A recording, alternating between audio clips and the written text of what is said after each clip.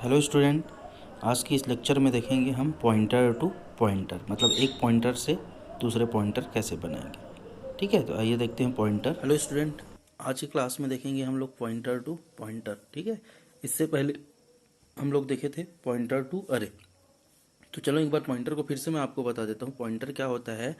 तो सी लैंग्वेज में पॉइंटर एक वेरिएबल है। पॉइंटर क्या है? एक वेरिएबल। ठीक है, सी लैंग्वेज में पॉइंटर क्या है? एक वेरिएबल है जो दूसरे वेरिएबल के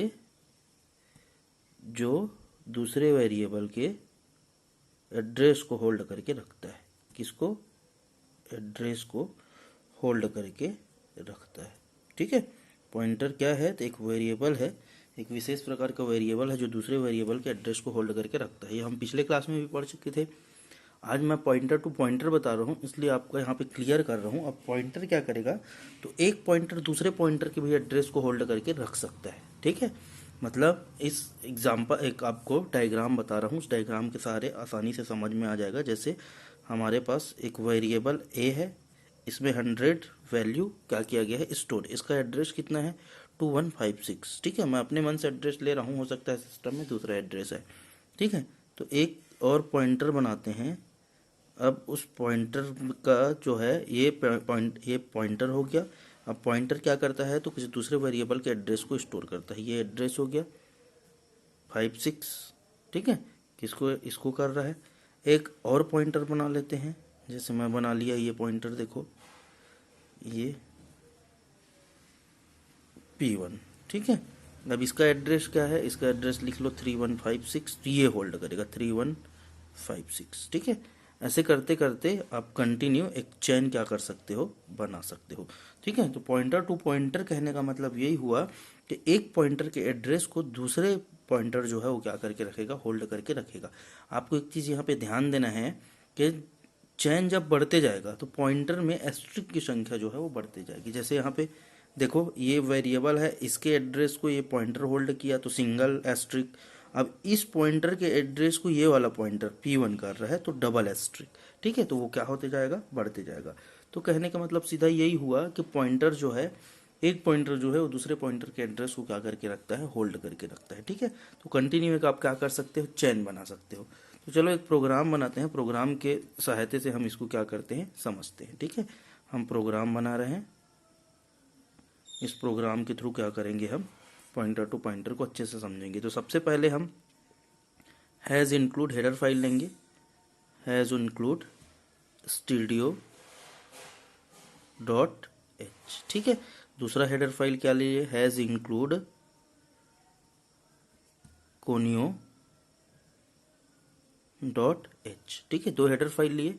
फिर मेन फंक्शन, हमारा प्रोग्राम यहाँ से शुरू हो गया।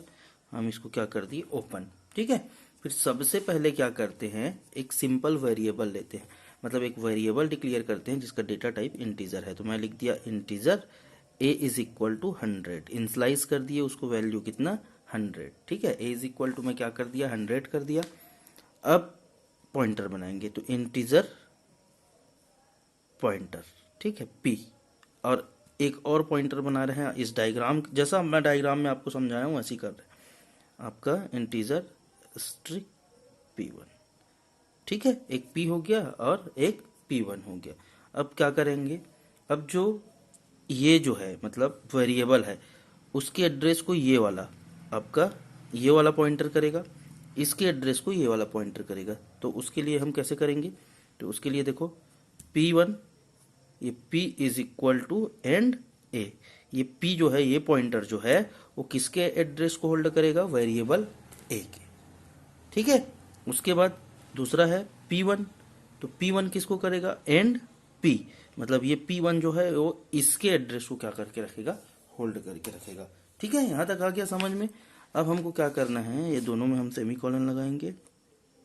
उसके बाद इसको हम क्या कराएंगे? प्रिंट कराना है इसकी वैल्यू को। तो क्या लिखेंगे? Print F। ठीक है, पहले किसको कराएंगे? तो वैल्यू ऑफ A। ठीक है, क्या लगाएंगे? %d, क्योंकि इंटीजर लिए थे, कॉमा A। ठीक, ये हो गया। उसके बाद प्रिंट एफ, ठीक है, आप लिख दो यहाँ पे %d पॉइंटर के लिए, मतलब इंटीजर था, और किसको, तो आपका p, ठीक है। तो यहाँ भी इसका आउटपुट 100 ही आएगा, यहाँ भी इसका आउटपुट कितना आएगा, 100 ही आएगा, ठीक है। एक बार लिख दो आप प्रिंट एफ %d, और ये क्या हो जाएगा, p1। तो यहाँ भी आउटपुट क्या आएगा आपका, 100 ही आएगा, ठीक है। अगर वैल्यू को प्रिंट करेगा तो 100, ठीक। तो ये क्या कर रहा है, ये पहला वाला वेरिएबल है, इसके एड्रेस को ये होल्ड करेगा, इसके एड्रेस को ये होल्ड करेगा। फिर लास्ट में क्या लगा दो, गेट ch, फिर क्या कर दो, क्लोज। तो ये आपका बन गया प्रोग्राम, ठीक है। तो ये होता है पॉइंटर टू पॉइंटर बनाने का। अब और भी बढ़ा सकते हो, पॉइंटर के चैन को बढ़ा सकते हो, आप P2 ले सकते हो, P3 ले सकते हो। तो जितना चैन आगे बढ़ाते जाओगे उतना ही आपको एस्ट्रिक की संख्या को क्या करना पड़ेगा, बढ़ाना पड़ेगा, ठीक है। तो नेक्स्ट क्लास में हम पॉइंटर को और ज़्यादा डिटेल से देखेंगे। ये रहा आपका pointer to pointer. Thank you.